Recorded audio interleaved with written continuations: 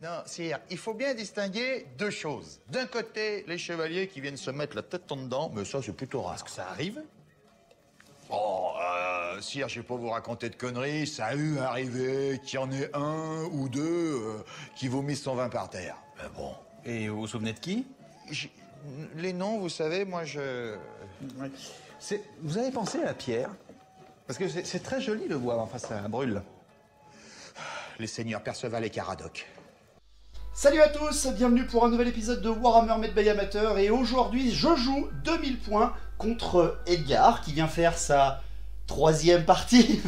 Et il joue bretonien, et où je vais l'affronter avec des zombettes. Une bataille générale rangée, toute simple. Et on est parti tout de suite pour les listes d'armées. Bonjour à tous, alors moi aujourd'hui j'ai joué une vraie liste bretonienne, c'est-à-dire full cavalerie, comme devrait jouer tout joueur bretonien d'ailleurs. Donc je joue l'ordre des chevaliers troubadours de Charlieu, ouais, parce qu'on s'amuse un petit peu. C'est globalement des chevaliers qui honnissent les piétons, genre ils détestent ça. D'où le fait qu'ils soient tous à cheval. J'ai du coup 4 régiments. Mon seigneur ça va être un seigneur du Graal, Sir Hugues le chanteur, donc voilà, seigneur du Graal, enfin ce bourrin, d'ailleurs il va être accompagné de 8 compagnons du Graal, histoire de faire son petit chausson. À côté j'aurai une prophétesse, Dame Jeanne, qui est là, globalement elle est là pour m'apporter de la magie, donc niveau 3, et avec les êtres du dessous, on va espérer que ça suffise. Ensuite j'ai donc mon paladin GB, Enguerrand le Joyeux, qui est là pareil pour m'apporter la bannière et puis pour servir de GB. Il va être avec une damoiselle Adélaïde, qui est du coup niveau 1 de la bête, et je vais les mettre dans un avec 12 chevaliers du royaume, donc pour me faire un autobus sympatoche.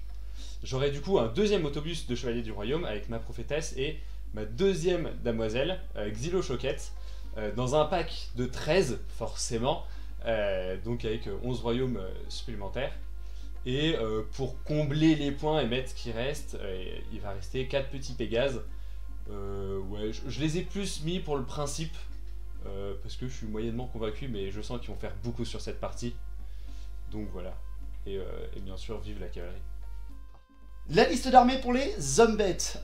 Elle est commandée par un seigneur des bêtes, plutôt bien bourrin, mais plus pour tenir la ligne. Vous avez derrière après un chef grande bannière GB. Bon, lui il est là pour tenir la ligne aussi. Il va booster un peu les troupes comme vous le connaissez bien. Et ils sont accompagnés d'un petit chaman niveau 2 de la bête qui a eu le primaire et le Anraïr. Donc parfait pour affronter les Bretoniens. Derrière après, en unité de base, 5 chiens du chaos avec les attaques empoisonnées. Derrière aussi 2 régiments de gore, armes additionnelles, un de 19 et un de 20. Et pour finir, un petit char, parce qu'il y a toujours de quoi se payer un petit char chez les zombettes. Ensuite, en unité spéciale, le nœud de l'armée, 24 bestigors, étendards et musiciens qui vont accompagner GB et Général. Et également 5 petits centigores avec lancer bouclier, question de pouvoir avoir de l'avant-garde et gêner un petit peu les Bretoniens. J'ai oublié 2 fois 10 pierres Ungor, parce que il faut les mettre sinon ma femme me tue. Et surtout pour finir, quoi de mieux qu'une vache énorme à 4 bras pour exploser du bretonien. Donc j'ai mis un petit gorgon. Je sais, c'est pas la meilleure figurine du monde pour ce qui est des zombettes et de la V8, mais on s'en fout, parce que le but c'est de se marrer. Voilà, donc pour le déploiement, ça va être extrêmement classique. On va voir un petit peu ce qu'on va donner sur la table, et surtout le principal, qui va gagner? Est-ce que ce sont les vachettes de Marie-Camille, ou est-ce que ce sont les nobles chevaliers de Charlieu qui détestent les piétons? Alors, pour ce qui est du déploiement, j'ai placé mes zombettes un petit peu spécifiquement, vu que j'avais beaucoup plus d'unités que Edgar. Donc sur mon flanc droit, j'y ai mis mes chiens du chaos, des Ungor, mes centigores. En plein centre, j'y ai mis mon pack de bestigors, évidemment. Je l'ai mis en direction de la pierre des hardes et de la maison pour qu'il ait les flancs protégés. J'ai mis juste à côté d'eux le char avec le chaman et une vingtaine de Ungor. À côté de mes bestigors, le gorgon, évidemment. Et sur le côté gauche, mes pillards et mes derniers gors. De son côté, Edgar, lui, a déployé ses 3 autobus en plein centre, les graleux vraiment en plein centre. Sur sa gauche, ses royaumes avec sa GB et la petite magicienne Xylo Choquette. Et à droite, ses autres royaumes avec ses 2 magiciennes, la prophétesse et la magicienne normale. Et derrière, tout à gauche, il a mis aussi ses Pégases, qu'il a utilisé après avec leur avant-garde. Il a joué en deuxième, bien sûr. J'ai donc avancé d'abord mes centigores en avant-garde pour gêner l'avancée des Pégases. Et derrière, lui, en réponse, à déplacer ses Pégases sur le flanc gauche. Question de pouvoir ramener un petit peu de visibilité sur le centre de la table. À la magie, donc les Bretoniens au niveau 3 ont eu l'éveil du bois, les racines de la vigne et les êtres du dessous. Et les deux niveaux 1 ont pris le primaire de la bête en doublon, bien sûr. Et moi, avec ma magie de mes hommes bêtes, j'ai eu en niveau 2, comme je vous l'ai dit, le Enrahir et le primaire. Donc, le premier tour pour les hommes bêtes, bien sûr, hein, vu que les Bretoniens ont tous prié. Et on est parti pour cette 2000 points hommes bêtes contre Bretonie.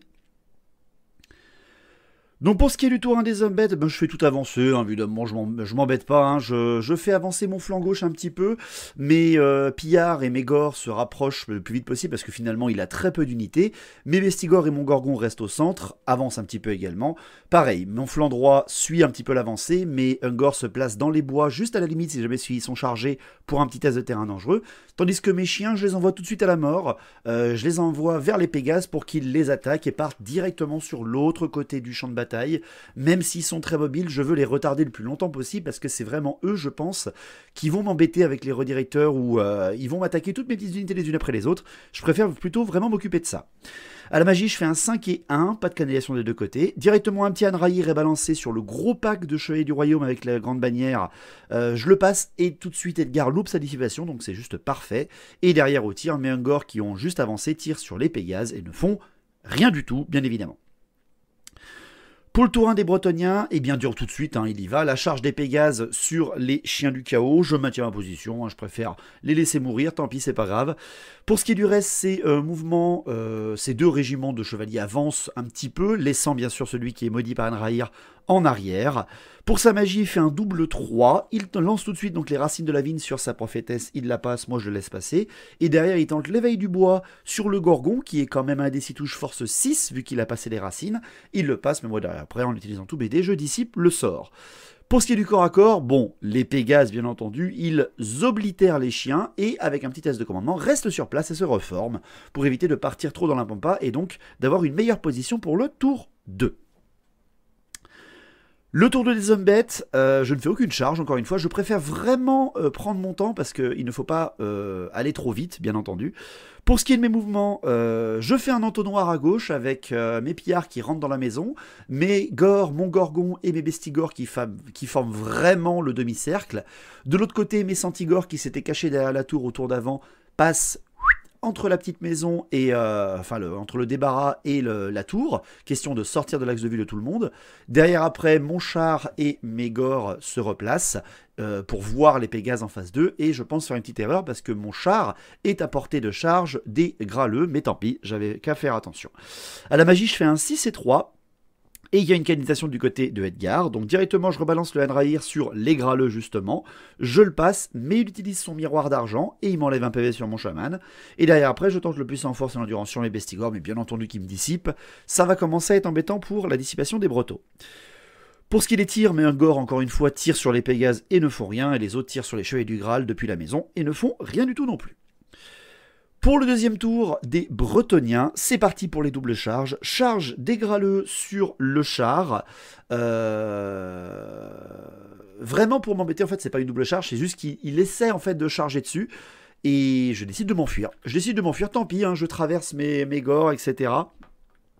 Je m'enfuis, il loupe sa charge, je ne fais pas de test de terrain, enfin je loupe pas mon test de terrain dangereux à travers mes gores, je ne fais même pas de perte dans mes gores, et pas de panique non plus, donc c'est vraiment parfait, et les graleux, eux, loupent leur charge et avancent complètement de 4 pas, donc ça m'arrange bien, je rentabilise un petit peu mon temps d'attente par rapport aux Bretoniens et à leur charge. Pour ce qui est des mouvements, eh bien, les Pégases se placent directement sur mon flanc droit, ils se mettent à un pas des Ungors pour menacer vraiment n'importe qui. D'ailleurs, après, ces Chevaliers du Royaume viennent s'approcher, bien entendu, pour éviter une charge de flanc sur les graleux, pour simplement leur verrouiller les côtés. Et pour ce qui est de sa magie, il fait un double 5, je fais une petite canalisation, donc directement il tente les êtres du dessous sur les bestigores, c'est logique, hein, et je le pâme parce qu'il ne le fait pas en irrésistible, et derrière il tente l'éveil du bois avec ses 5 derniers dés je crois, ou ses 4 derniers dés, ouais, il tente à 4 dés et il fait un irrésistible, donc l'éveil du bois sur mon gorgon est tenté. Il me fait seulement moins 1 PV parce qu'il fait que 2 touches force 6 et il me blesse qu'une seule des deux. Par contre derrière après, il a la racine de la vigne bien entendu, donc il balance le 2+, pour éviter le fiasco. Et il fait 1, donc ça c'est parfait. Il fait un irrésistible 6, donc ça c'est encore plus parfait. Donc il explose à force 10 autour de lui. La touche sur sa prophétesse fait une blessure, mais il fait une invulnérable 5+, il fait un beau 6 de la dame. Et derrière, il a 4 blessures dans ses chevaliers du royaume. Il fait force 10 partout. Et il fait un quadruple 1 pour blesser. Une chance sur 1280, je crois. Il ne blesse rien du tout. Par contre, après, derrière, il ne fait aucun autre sort vu qu'il n'a plus de dés de pouvoir. Mais le quadruple 1 en explosion de la magie, quoi. Rien du tout en perte. Absolument magnifique pour la fin du tour 2 au final, parce qu'il n'y a pas de tir et pas de corps à corps pour le tour 2 non plus. Mais ça, on s'en est pas remis encore. Le tour 3 des Zombettes, eh bien j'y vais, je tente un coup, parce que ça pourrait le faire. Je fais une charge de mes bestigors sur le flanc des Graleux, malheureusement je loupe ma charge. Mon ralliement, mon char loupe son ralliement et s'enfuit hors de table. Bon, faut pas trop lui en demander non plus, la pauvre bête. Pour ce qui est de mes mouvements, je réoriente les chevaliers du royaume en sortant mes Ungors depuis la baraque. Je les place vraiment devant pour qu'ils viennent complètement un petit peu se caler au milieu de la route, on va vraiment dire ça comme ça. Pour ce qui est du reste de mes mouvements, je fais sortir mon chaman et je le mets au niveau de la pierre des Hardes. Je viens vraiment entasser mes bestigors et mes gors au niveau de la maison et de la pierre des Hardes, tandis que mon gorgon, lui, fait le tour et que mes gors se placent face au Pégase. Pour ce qui est de ma magie, je fais 4 et 1 et une petite canalisation, donc je tente le Hanraïr sur les Graleux, mais à nouveau, il me pâme avec les nombreuses magiciennes qu'il dispose, sans vraiment de problème, et mes tirs balancent, mes Ungors balancent sur les Pégases et ne font rien, et balancent sur les royaumes et ne font rien non plus. Ça se voit que c'est pas Marie-Camille qui joue, c'est assez terrible. Pour le tour 3 des Bretoniens, eh bien, c'est les doubles charges. Il y a déjà la charge des royaumes sur les Ungors qui sont devant eux. Bien évidemment, je maintiens ma position. Et ils m'encaissent littéralement un TGV dans la gueule. Derrière, après, c'est la double charge chevalier Pégase et chevalier du Graal sur mes Gors. Et je décide de maintenir ma position face au Graleux, mais de m'enfuir face au Pégase, c'est-à-dire que je pars en direction du Gorgon et non pas en direction du bord de table. Et directement, en fait, il balance sa charge. Les Graleux sont à 8 pas de charge, ils doivent faire 8 sur leurs 3 dés les deux plus grands en charge, plus leur mouvement, et ils font 7, donc ils loupent leur charge. Et les Pégases font un triple 1 de charge. Triple 1, c'est la partie des 1, c'est la partie de l'échec, franchement. Donc, tout le monde loupe sa charge et mes Gors, en plus, s'enfuient de seulement 4 pas en direction du Gorgon. Donc, c'est très moyen comme phase de charge. Pour ce qui est des mouvements, la reformation des Chevaliers du Royaume pour voir le centre de table, Bestigor et Gor au cas où. À la magie, il fait un 6 et 2. Une canalisation est faite de chaque côté, donc il balance le puissant en force et en endurance sur les Graleux, je le dissipe, et il rebalance le puissant en force et en endurance avec sa deuxième magicienne sur les Chevaliers du Graal, et là par contre je ne le dissipe pas, question qu'ils encaissent mieux la charge qui va leur arriver dessus. Et après, le corps à corps des Chevaliers du Royaume, qui sont une douzaine contre 10 Ungors, eh bien sachez que j'enlève un petit PV sur la prophétesse quand même, avant de me faire entièrement massacrer, et que Edgar hésite, il hésite beaucoup. Est-ce qu'il part en charge irée, mais vu comment j'ai réorienté mes Ungors, il ne peut pas aller encaisser, aller taper les Bestigors derrière, donc il préfère tester son commandement et ne pas faire une charge irrésistible et rester sur place. Donc, j'ai perdu 2 petits régiments, plus un 3e avec le char, et je n'ai fait pour l'instant aucune perte dans les Bretoniens, mais le tour 4 arrive et il a loupé toutes ses charges. Ou presque. Tour 4 des Zombettes, la charge, les charges, je balance une double charge, mes Centigors qui sont cachés un petit peu depuis le début de la game, plus mes Bestigors chargent les Chevaliers du Graal, ça va être très très très violent. Derrière, après, en mouvement, le ralliement de mes Gors est réussi au niveau du Gorgon, donc c'est absolument parfait. Je réoriente avec mes autres Gors, les Chevaliers du Royaume, qui peuvent menacer le dos de mes Bestigors. Et mon Gorgon vient flanquer les Gors qui viennent de se rallier, tandis que mon chaman, lui, vient se replacer au niveau de la pierre des Hardes et que mes Gors se mettent devant les Pégases. À la magie, je fais 5 et 1, plus en force et en endurance tenté sur les Bestigors. Je le passe. Et Edgar me le laisse passer parce qu'il a très peu de dés pour dissiper, il a trop peur en fait de moi en arrière, que je tente justement sur les Chevaliers du Royaume avec la prophétesse justement qui vont charger au tour d'après, et là par contre il arrive à me dissiper. Pour ce qui est des tirs, Meungor à nouveau tire sur les Pégases devant eux, mais malheureusement ne font aucune perte encore une fois. Ça reste comme des Space Marines, hein, 2 PV avec armure de 3+, je ne passe rien du tout. Par contre au corps à corps, alors là par contre c'est pas la même, hein, c'est un bon gros pugilat. Mon général déclare un défi qui est relevé par le Graleux, mais le Graleux, le seigneur du Graal, comme l'avait équipé en fait Edgar, bah, c'est un full charge en fait, et s'il se fait charger ça va être très compliqué pour lui. Donc on fait un gros duel, je ne passe pas son armure ni son invulnérable, et lui n'arrive pas à me toucher et me blesser, parce que j'ai quand même de la force 6, endurance 6, et lui il a de la force 5, endurance 5, enfin bref, c'est très tranquille des deux côtés, on se fait rien du tout. Bon, par contre, j'explose tous les Graleux. Tous les Graleux meurent, les Centigores arrachent 5 Graleux, c'est quand même à préciser, avant que les Bestigors frappent, et les Bestigors finissent en fait les Graleux. C'est d'une violence incommensurable, et je crois d'ailleurs que je ne perds que 2 Centigores, parce qu'il frappe quand même avant les Chevaliers du Graal, je ne perds que 2 Centigores et 1 Bestigor, donc c'est un énorme sandwich fait sur le général qui perd le combat, s'enfuit, est poursuivi par les Bestigors et les Centigores, mais n'est rattrapé par personne. Le fait de poursuivre avec les Centigores m'amène à un pas juste derrière lui, et le fait de poursuivre avec les Bestigors m'amène au contact en charge irrésistible contre les Chevaliers du Royaume qui étaient juste derrière, ce qui empêche une charge avec l'AGB derrière, donc c'est absolument parfait. Pour cette percée, je viens de massacrer enfin les Chevaliers du Graal, qui me faisaient vraiment peur, hein. Donc belle percée des Bestigors, alliés quand même aux Centigores qui ont fait vraiment pour une fois une bonne game là, rien qu'avec cette charge. Le tour 4 des Bretonniens, je suis sorti de l'axe de vue des Chevaliers du Royaume en perçant avec mes Bestigors, donc ils envoient ses Chevaliers du Royaume avec sa prophétesse et un bon pack de gars dans les gores qui sont devant eux, c'est plutôt logique bien entendu. Il rallie son général et les Pégases chargent également les gores qui sont de l'autre côté, essayant de les percer pour éviter une charge de flanc du Gorgon. Pour la magie, il fait un 6 et 3, plus 1 en force et endurance tentée sur les Chevaliers du Royaume avec Xylochoquette, donc ceux qui sont chargés par les Bestigors, et il fait un irrésistible, en même temps c'est Xylochoquette, et il fait un irrésistible 10, c'est juste génial. Il a plus de dés de pouvoir, et derrière, il perd tous ses niveaux de magie, qui étaient seulement de niveau 1, donc Xylochoquette n'est plus vraiment utile pour le reste de la game, mais c'est quand même très drôle. On a beaucoup rigolé à ce moment-là aussi. Le corps à corps, les Chevaliers du Royaume contre les Gores, il m'arrache 9 Gores, mais par contre je mets le plus d'attaques possible sur sa prophétesse, et je lui enlève pile poil 2 PV, sa prophétesse de la vie meurt à ce moment-là, donc je m'enfuis bien entendu sur cette charge énorme, mais je m'enfuis de 10, et lui ne me poursuit que de 6, donc je m'enfuis suffisamment loin. Par contre, les Pégases contre les Gores, je tue un Pégase avec mes très nombreuses attaques quand même si c'est de la force 3. En fait, je spam vraiment le DPS, même si c'est pas très fort en attaque. Par contre, derrière après, il m'arrache 8 Gores, mais je suis encore indomptable parce qu'il me reste encore un rang de plus que les Pégases. Je teste et je reste, ce qui est parfait vu que mon Gorgon arrive sur le flanc au tour d'après. Et derrière après, le corps à corps, Bestigor, GB, Général contre l'énorme pack avec Xylochoquette et le PGB bretonien.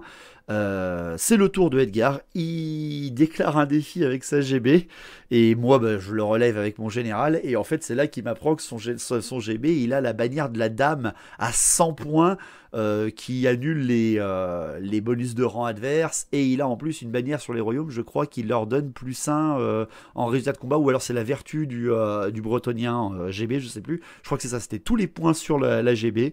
Je frappe avec mon général et j'oblitère la GB sans ménagement, parce que j'ai toujours le +1 en force et l'endurance et que j'ai la bannière +1 en force avec le PGB, donc c'est assez dégueulasse. J'explose derrière 6 Chevaliers du Royaume. Les Chevaliers du Royaume frappent de ce qu'ils peuvent, mais j'ai le +1 en force et l'endurance sur mes gars et ne me font aucune perte. Les Chevaliers du Royaume, perdant tous les bonus fixes quasiment, s'enfuient avec Xylochoquette, et je ne peux pas poursuivre vu que j'ai fait une charge irrésistible. Il s'enfuit de 6 pas et mes Bestigors restent sur place, mais c'est mon tour juste après. Tour 5 des hommes bêtes, bah on y va, hein, la charge des bestigors sur les chevaliers du royaume en fuite.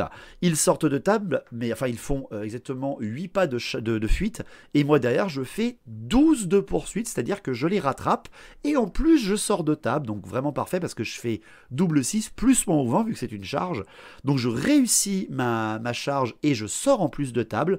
Derrière après je charge également avec mon gorgon sur le flanc des Pégases, évidemment qu'on y va, mais je charge également parce que j'ai pas peur, mes Centigores sur le général Breton, parce que qui sait, hein, ils ont fait une bonne game, on sait jamais. Au ralliement, je loupe le ralliement de mes gores et je m'enfuis de 11 pas. Et mon chaman, lui, vient se placer de l'autre côté encore, il sort des axes de vue de tout le monde, et mes Ungors reviennent se rapprocher des chevaliers du royaume, ou quoi que ce soit, juste pour narguer Edgar. À la magie, je fais un 6 et 4, je balance le plus 1 en force et en endurance sur le gorgon, et je fais un irrésistible avec mon chaman, et je fais un irrésistible 7, c'est-à-dire que s'il aurait été dans un régiment, il m'aurait tué des dégâts, sinon bah là il ne se passe rien, mis à part le fait que je perds quelques dés. Il m'en reste suffisamment pour tenter le Hanraïr sur les chevaliers Pégases, mais je suis dissipé bien sûr par tous les dés de Edgar. Au corps à corps, le général contre les Centigores, il me tue un Centigore, mais on lui enlève un petit PV avec mes Centigores, donc ça reste là parce qu'il perd le combat vu que je charge, mais il reste au combat. Le Gorgon contre les Pégases, le Gorgon qui a frénésie, donc il a 7 attaques, force 6, CC 4, il attaque un Pégase et il en tue aucun. Il fait que moins 1 PV, je suis extrêmement déçu par mon Gorgon parce qu'en fait il touche que 2 attaques sur 7, c'est vraiment pourri. Et les Gors perdent 2 d'entre eux au combat. Il ne fait rien sur mon Gorgon, ce qui fait au résultat de fixe, vu que j'ai une bannière et j'ai chargé de flanc, et que lui n'a pas payé la bannière sur ses Pégases, je gagne le combat de 1, mais les Pégases restent sur place, et heureusement, pour le tour 5 des hommes bêtes. Le tour 5 des Bretoniens, la charge des chevaliers du royaume dans les Gors qui sont en fuite, bien sûr, il sort de table et il loupe sa charge. À la magie, il ne tente rien du tout avec son plus en force et en endurance pour éviter justement un fiasco non voulu. Et au corps à corps, le général contre les Centigores. Là par contre, le général enfin comprend que sa lame, ça s'utilise avec la pointe vers l'avant. Il tue les 2 Centigores et se reforme bien sûr en direction du chaman homme-bête qui est isolé ou du dos du Gorgon. Et c'est le tour des Pégases qui sont plus que 3 avec 1 PV en moins sur 1 qui affrontent Gorgon et Gore. Le Gorgon a plus une attaque vu qu'il a gagné le round de combat précédent. Il me retue de Gore, pas de Gorgon. Il me retue de Gore et je ne refais que un seul PV perdu par les Pégases. C'est vraiment pour 2 PV perdus sur les Pégases parce que les Gore arrivent en blesser 1 et le Gorgon loupe 4 blessures, alors que je suis normalement à un blessure de plus, hein, mais je fais 4-1 sur 6 touches, je crois, c'est nul, mais heureusement pour moi, le test de commandement de Edgar est complètement foiré. Il s'enfuit de 12 et va à 2 pas du bord de table, et mes 2 poursuivent, hein, le Gorgon étant obligé, et mes Gores aussi, mais aucun n'arrive à rattraper les 2 derniers Pégases. Mais c'est pas grave, vu que c'est la fin du tour 5 des Bretoniens, et que c'est mon tour juste après. Le tour 6 des hommes bêtes, mon Gorgon il charge, il est frénétique, hein, je lui laisse libérer sa frénésie sur les Pégases. Les Pégases sortent de table et lui il loupe sa charge. Tandis que mes Gores par contre, je tente le coup parce que c'est le dernier tour, on essaie le beau jeu. Mais Ungor charge le général bretonien, on sait jamais. C'est peut-être peut-être qu'ils vont reconnaître la puissance de Marie-Camille. Et j'ai réussi ma charge.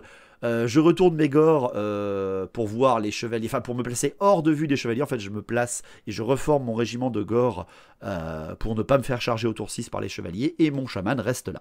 À la magie, je fais 5 et 1 et je fais une canalisation, ce qui fait que je tente le plus en force et en endurance avec 4 dés sur mes Ungors. Je le passe, mais je suis dissipé. Et avec 2 dés, je tente le Hanraïr sur le général. Et je le passe à 2 dés, donc c'est toujours ça. Et le corps à corps de mon tour 6, c'est mes Ungors contre le général bretonien. Je perds un Ungor et je ne fais rien au général bretonien, mais je reste au combat. Pourquoi ? Parce que les Bestigors sont revenus à ce tour-là et donnent leur commandement du général et de la GB juste derrière.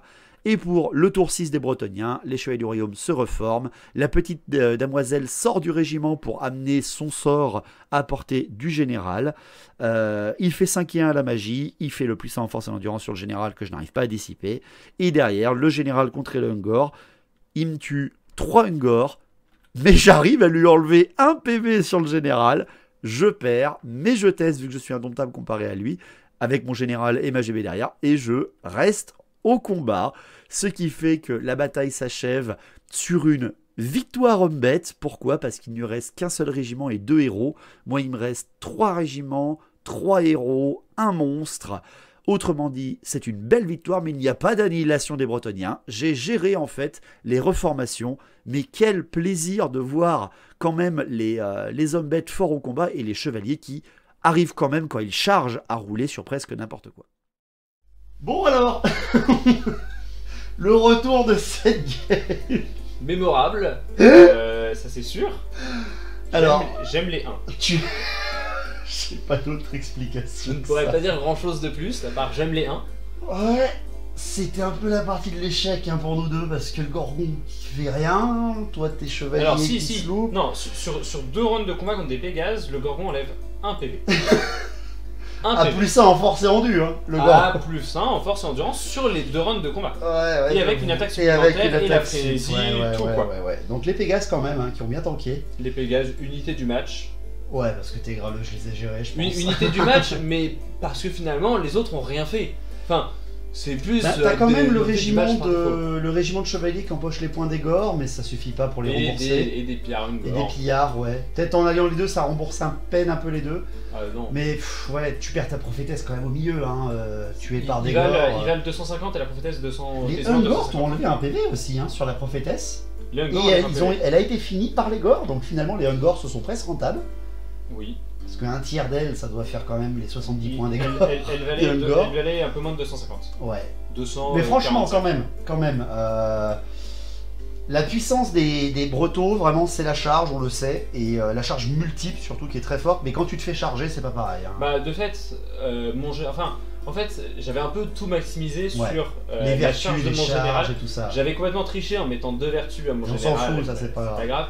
Mais qui faisait effectivement qu'il gagnait en charge, il gagnait des attaques supplémentaires Ouais. pour chaque blessure qui passait.